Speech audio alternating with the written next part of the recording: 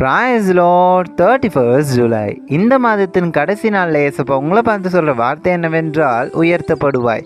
தன்னைத்தான் தாழ்த்துகிறவன் உயர்த்தப்படுவான் என்று மத்தேயு 23 அதிகாரம் 12 சொல்லப்பட்டிருக்கு. உயர்த்தப்படுவாய் வார்த்தை கேட்கவே சந்தோஷமாக இருக்குல்ல.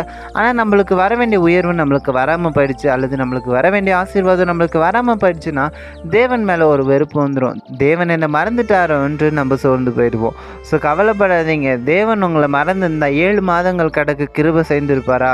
நிச்சயமாக இல்லை. தேவன் உங்கள் மேலே அன்பாக இருக்கிறார். அதனால தான் 7வது மாதம் முடிகிற வரைக்கும் தேவன் உங்களோடு இருக்கிறார். ஸோ நீங்கள் உயர்த்தப்படுவீங்க. எப்போ தெரியுமா? உங்களையே நீங்கள் தாழ்த்தும் போதோ. ஸோ தேவனுக்கு முன்பாகவும் மனிதர்களுக்கு முன்பாகவும் தாழ்ந்து நடுங்க.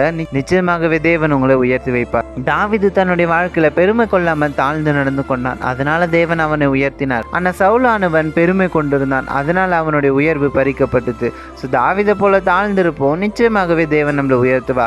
ஸோ எதை குறித்து கவலைப்படாதீங்க. தேவன் உங்கள் மேலே அன்பாக இருக்கிறார். தேவன் உங்களை நேசிக்கிறார். தேவன் உங்களை நிச்சயமாகவே உயர்த்துவார். வருகிற 8வது மாதத்தில் உயர்வை காண்பீங்க. Bye with Jebaraj. Have a happy month end.